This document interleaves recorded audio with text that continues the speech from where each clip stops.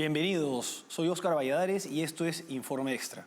Este domingo 9 de febrero se realizará la primera vuelta en las elecciones presidenciales del Ecuador y también las elecciones legislativas en las que los ecuatorianos elegirán a los 151 miembros de la Asamblea Nacional Ecuatoriana. Para analizar la coyuntura previa a estas elecciones nos acompaña desde Guayaquil Joselo Andrade, economista y director ejecutivo del Instituto Ecuatoriano de Economía Política. Joselo, gracias por acompañarnos. Bueno, muchísimas gracias por la oportunidad de compartir algunas reflexiones con la gente que nos está escuchando y viendo esta mañana. No, gracias por acompañarnos. Bueno, empezamos con el tema de las encuestas. En Ecuador, como en muchos otros países, está prohibido que se publiquen y se hable públicamente en medios de las encuestas durante la semana previa a las elecciones. Pero, ¿cuál es el escenario según las encuestas publicadas a fines de la semana pasada? Bueno, más allá de lo que conocemos en términos generales con respecto a las encuestas, siempre existen algunas dificultades en ellas, ya se han equivocado en algunas ocasiones en el Ecuador. Sin embargo, la mayoría de las encuestas que conocemos o los resultados de las encuestas oficiales, o digamos que circulan a lo largo a lo largo y ancho del ámbito nacional, pues reflejan que aparentemente nosotros tenemos una decisión que se tomará el día domingo entre el candidato a la presidencia, presidente a la vez, y la candidata del correísmo, Luisa González. Luego de ello aparece una tercera o cuarta, digamos, opción que se encuentra a mucha distancia de estos dos primeros candidatos. Muchas encuestas intentan, o mejor dicho, reflejan que el presidente o el candidato presidente tiene buenas oportunidades incluso de ganar en primera vuelta, lo cual es llamativo porque esto no se ha dado en las dos elecciones anteriores. O sea, el socialismo del siglo XXI representado en RC5, la lista de el prófugo de la justicia, Rafael Correa, siempre llevó ventaja en la primera vuelta. En esta ocasión parece ser que no es ese el escenario. Y Joselo, ¿a qué atribuyes, qué factores han conducido a que el candidato y presidente se encuentre tan sólido en las encuestas? Bueno, yo creería en principio que estamos hablando de que el presidente ha sabido vender, digamos, el trabajo que está realizando, más allá de que este no sea precisamente un trabajo con que muchos ecuatorianos estén de acuerdo. ¿Ya? Yo creo que lo que ha sabido es manejar bien o comunicar un poquito mejor que otros gobiernos, ¿ya? Y en consonancia con eso, se revela también ahora sí un cansancio, un rechazo al correísmo. En esta ocasión yo creo que se encuentran muy golpeados precisamente porque han sido muy vinculados al narcotráfico, a la corrupción y a escenas digamos, de relacionamiento con carteles. Entonces, en los allanamientos que derivaron en la lectura de teléfonos o de grabaciones o de mensajes telefónicos, en algunos casos muy conocidos en el Ecuador, el correísmo se vio muy relacionado a esto. Entonces, yo creo que de alguna manera, el socialismo del siglo XXI no ha podido escapar a ello y en esta ocasión, no solo que tenemos a un presidente que ha logrado manejar un poco mejor la comunicación, sino que en línea simultánea tenemos el candidato, digamos, que le hace frente, en este caso Luisa González, muy desgastada, muy golpeada y sin posibilidades, yo diría, de romper ese techo electoral que siempre han tenido. Ahora, una de las principales banderas de Daniel Noboa es la lucha contra el crimen organizado. Recordemos pues esta ofensiva generalizada de las bandas criminales en enero del año pasado. Y al respecto él ha tomado varias medidas que hacen que se le llegue a comparar incluso con Bukele. Pero estas medidas, ¿qué tan eficientes han sido en el objetivo de eliminar a los grupos criminales y también en con respecto a efectos políticos relacionados con su campaña? Bueno, yo te diría que más bien la efectividad que ha tenido el presidente Noboa con respecto a este particular tema es la de comunicar que se está haciendo la gestión más en el territorio, la gestión no está siendo realizada de forma adecuada porque la criminalidad, los actos delictivos, los sicariatos, los secuestros no se han reducido. Lo que han logrado es generar una percepción comunicativa de que las cosas se encuentran relativamente controladas, pero si uno mira los diarios, si uno mira los informes, si uno mira las noticias, más allá de lo que las redes puedan decir, la verdad es que la situación de criminalidad y de inseguridad en el Ecuador se encuentra, yo diría, un poco descontrolada y en este sentido falta todavía muchísimo por hacer. Sin embargo, en medio de todo esto, en este mismo instante, se está generando una especie de campaña paralela a lo que es la campaña del candidato a la presidencia, Daniel Noboa, y en esta campaña paralela se habla de que sí, que se han reducido los crímenes, o mejor dicho, se está diciendo, apresamos a tal, reclutamos, digamos, logramos desarticular una banda y una serie de otros temas, aunque también en el caso del Ecuador, pues la cosa es muy compleja, porque incluso aunque la policía llegue a detener a bandas delictivas o a sicarios o a personas en actos criminales, incluso en flagrancia, al día siguiente salen de la cárcel. Entonces, hay la necesidad de ir por más y en este ir por más es pensarse seriamente en lo legislativo, qué es lo que se tiene que hacer en materia de seguridad, porque la legislación que nos dejó el socialismo en el siglo XXI, en lugar de tratar al criminal con justicia y recluirlo en las cárceles, lo trataba como una víctima de la sociedad y ese enfoque, esa especie de codificador que lo hace ver al criminal como una víctima de nosotros, los que no cometemos crímenes, pues hizo que se ablanden las penas, que hayan un montón de medidas sustitutivas, de tal manera que los criminales, por cualquier razón en el Ecuador, salen de las cárceles, ni bien entran, aunque tengan 26 y 28 detenciones. Ahora, con respecto a los pasivos del candidato y presidente, para empezar tenemos que este lunes la Corte Constitucional del Ecuador anuló unos decretos mediante los cuales Daniel Noboa buscaba nombrar como presidente encargada a la secretaria de Administración Pública y Gabinete de la Presidencia, Cynthia Helibert. Y bueno, el objetivo de estos decretos era evitar que la vicepresidente Verónica Abad asumiera durante la campaña de Daniel Noboa. ¿A qué se debe el conflicto entre Noboa y su vicepresidente? Bueno, en realidad hay algo que no mucha gente sabe en el Ecuador, es cómo se inició este distanciamiento que viene dándose desde la primera vuelta electoral.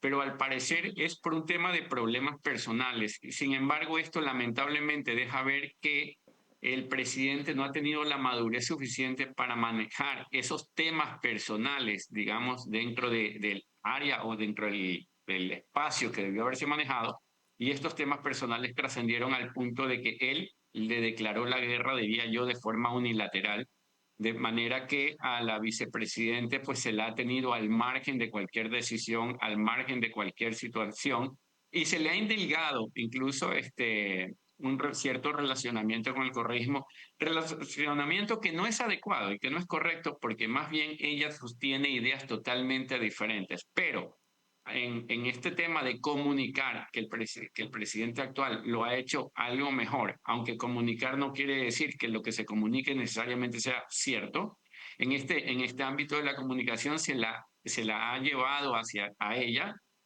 digamos, hacia un escenario donde tiene algún tipo de relación con el correísmo, cosa que no es adecuada. Yo diría que más bien en este caso particular, el presidente no ha manejado las cosas bien y lamentablemente, y esto es parte de yo diría, de la improvisación, la madurez que todavía requeríamos del presidente, es que lo que tocaba hacer era a la vicepresidenta en funciones asumir, digamos, la presidencia de manera temporal mientras él estaba en campaña. Pero lo cierto es que más allá de la Constitución, más allá de las leyes, más allá de lo que todos los abogados del país sostienen en términos de que, digamos, al presidente le importaba muy poco este tema, muy poco en el sentido de respetar lo que dice nuestra legislación, nuestras normas, pues aquí se está haciendo en esa área lo que al presidente se le da la gana. Efectivamente, porque es ciertamente inconstitucional saltar a la figura de la vicepresidenta creando un cargo pues, que no existía o que no corresponde de acuerdo con la Constitución. Ahora, otro aspecto que puede ser considerado un pasivo para Daniel Noboa es el conflicto con su ex esposa de nombre Gabriela Goldbaum, me parece, quien este conflicto involucra a uno de sus hijos. ¿Qué tanto ha afectado la figura política de Noboa este problema? Bueno, la verdad es que yo considero ya eso algo del ámbito muy personal y es algo sobre lo cual yo no quisiera, digamos, emitir algún comentario. Yo creo que los problemas de una pareja o de su ex mujer son problemas del presidente y que en algún momento fueron utilizados por la oposición del pasado para tratar de quitarle, no sé, legitimidad o manchar su reputación. Pero en este caso particular, yo creo que esos son asuntos personales del pasado que no tienen que ver con su gestión actual y que, dado que no tienen que ver con su gestión actual, que es en el momento en que los ojos del ciudadano ecuatoriano deben estar sobre el candidato a la presidencia o a la reelección, tal vez, pues no corresponde tal vez mencionar Ajá. algo de eso. Ahora, Daniel Noboa es un político que está dentro digamos, alineado con el anticorreísmo en Ecuador, marcadamente, y también está alineado con mandatarios de la llamada nueva derecha, Milei, Trump e incluso Bukele, ¿no? Pero no quedan claras las ideas que en concreto tiene Daniel Noboa. Por ejemplo, Milei es liberal libertario. ¿Cómo definirías el perfil ideológico de Noboa? ¿Tiene alguna ideología o es un pragmático? Bueno, yo te diría, y a confesión de parte, relevo de prueba, él mismo ha dicho que se considera un candidato de centroizquierda, ¿ya? Y aunque no sea muy agradable de mencionar, pues en el día uno, a partir de que él asume el mandato a la presidencia, lo primero que hizo fue aliarse con el correísmo y con el Partido Social Cristiano, partidos políticos que, digamos, llevaron a que el presidente anterior, el presidente Guillermo Lasso, pues llevase al Ecuador a muerte cruzada, disolviendo al Congreso, digamos, haciendo uso de lo que era en las leyes y la constitución de ese momento.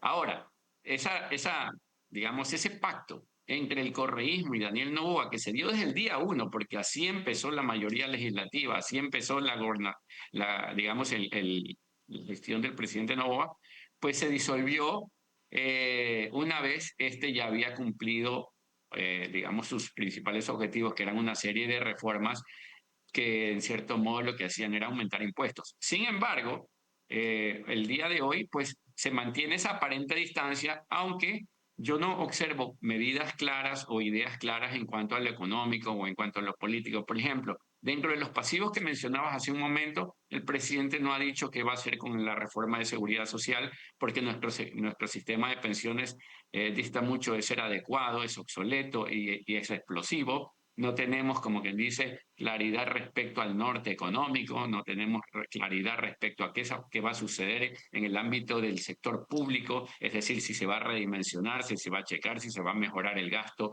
Ese tipo de cosas no han sido en ningún momento, digamos, mostradas por el presidente a la ciudadanía. En cierto modo, lo único que ha sucedido durante este periodo es que el presidente, gracias a las lluvias, ha logrado evitar que en el Ecuador dejen de haber apagones. Sin embargo, tanto fue la presión que una serie de gestiones pues han hecho que hoy por hoy cierta iniciativa privada empiece a acercarse a ese sector de tal manera que tal vez estemos un poco mejor que en el pasado. Ahora, de nuevo, respecto a estos relacionamientos, estas aparentes cercanías con el presidente Trump, Bukele o Milei, lo cierto es que me parece que son parte de su manejo de imagen, porque dista mucho de creer o de sostener las ideas que estos tienen, y yo diría muchísimo más lejos de Javier Milei, con respecto a Bukele, pues trata de relacionarse y hacerle sentir a los ecuatorianos de que tiene esa mirada sobre la seguridad, y lo único que ha logrado en cierto modo es generar la percepción más que en inseguridad no hay realmente algo sólido, y con el presidente Trump, pues bueno, pues yo creo que se acerca con la intención de distanciarse de la imagen del correísmo. Pero bueno, hay todavía mucho que ver sobre lo que va a pasar en los próximos años. Joselo, vamos ahora a una pausa y regresamos para analizar la situación de la oposición.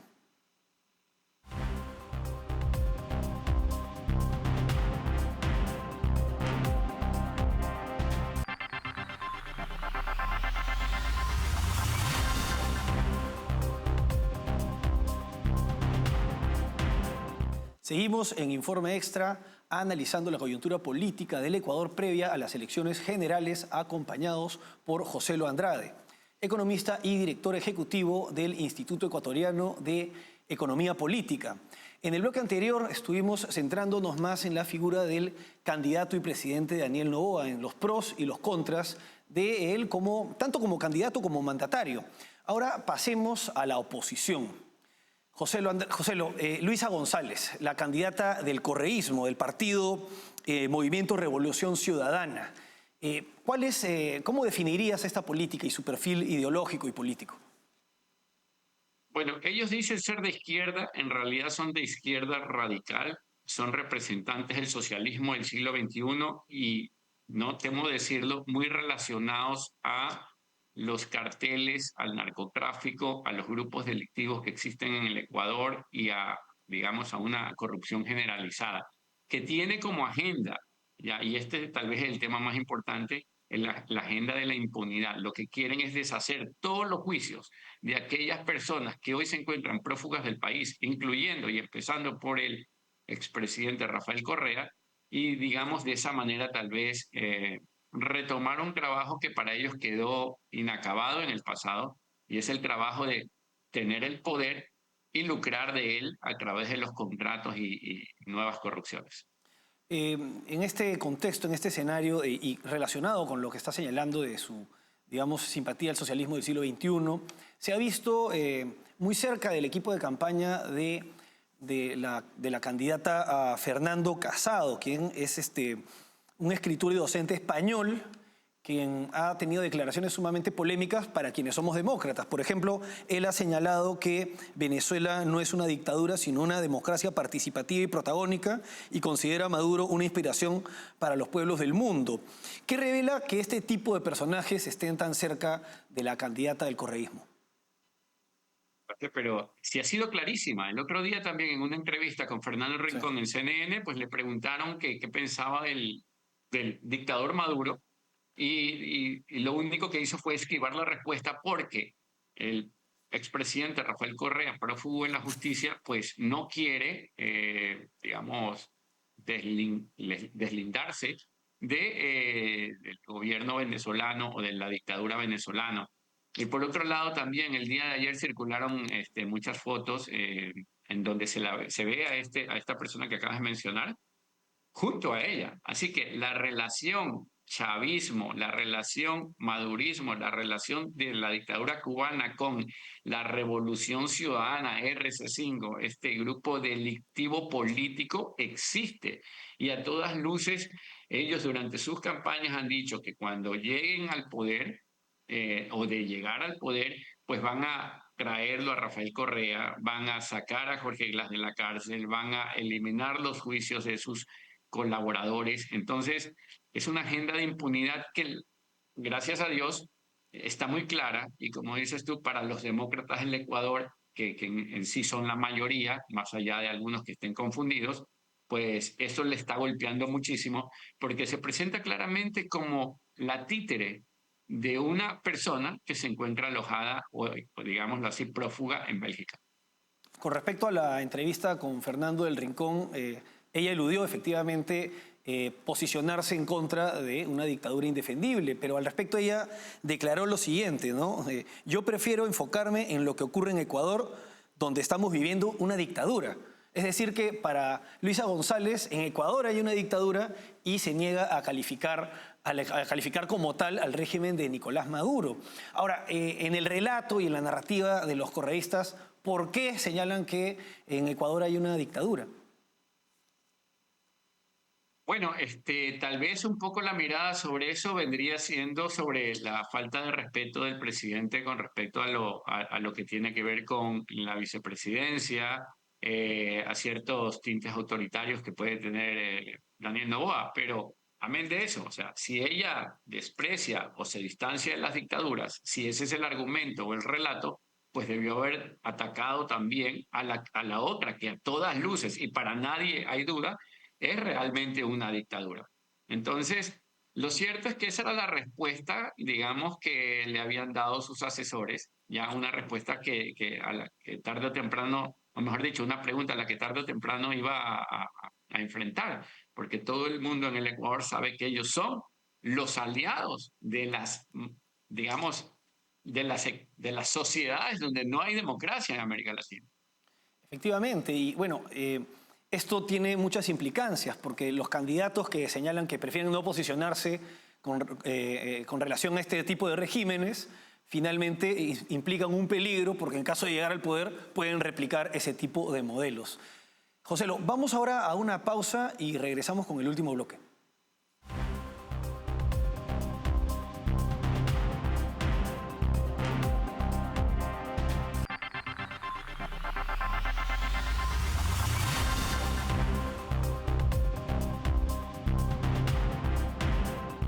Seguimos en Informe Extra analizando la coyuntura política del Ecuador previa a las elecciones generales, acompañados por Joselo Andrade. En el bloque anterior estuvimos viendo la situación de la oposición, de la principal candidata de la oposición, que es Luisa González, la candidata del correísmo, pero hay otros candidatos, hay alrededor de 13 candidatos más, además del candidato presidente Daniel Noboa y de Luisa González. Joselo, ¿cuáles son los que más destacan en esta lista? Bueno, yo te diría que se encuentra Henry Cucalón, Andrea González, Luis Felipe Tillería y Francesco Tabaqui, que son los representantes de esa alternativa democrática que existe en el Ecuador. Y lo digo así porque ellos se han expresado claramente en el sentido de apertura económica, en el sentido del distanciamiento con el chavismo o el correísmo o el socialismo del siglo XXI, con la idea de cambiar la constitución que nosotros tenemos, que la tenemos desde el 2008 y desde la cual, que ha servido, digamos, de umbrella, sobre el cual se han hecho todas las cosas que han salido mal en el Ecuador. Al final, si hemos escuchado durante esta campaña a las ideas de libertad, a las reformas económicas de apertura, a la idea de que en el Ecuador es necesario cambiar las cosas y un distanciamiento muy claro por parte de estos 4 candidatos, y posiciones muy firmes que distan de tal vez otras posiciones de otros candidatos que sí se encuentran de alguna manera relacionados a esas viejas ideas que han dado lugar a las cosas que no han salido bien en el Ecuador. Para ir terminando, son ya casi 25 años de dolarización del Ecuador, si no me equivoco. ¿Existen candidatos que estén cuestionando este sistema? No, gracias a Dios, en el Ecuador lo único que no se cuestiona y el único problema que no tenemos es el problema monetario. Llevamos 25 años de dolarización, como bien lo mencionas, y en medio de todo esto ni siquiera, no hay candidato alguno que se exprese en contra de la dolarización, puesto que atacar a la dolarización en el Ecuador es perder puntos en política. Y eso ya es un gran consenso nacional porque la dolarización o el dólar es la moneda de los ecuatorianos. Perfecto. Joselo Andrade, director ejecutivo del Instituto Ecuatoriano de Economía Política. Joselo, ha sido un gusto tenerte con nosotros. Muchísimas gracias, estamos a las órdenes. Muy buenos días. Hasta aquí, Informe Extra. Gracias por acompañarnos.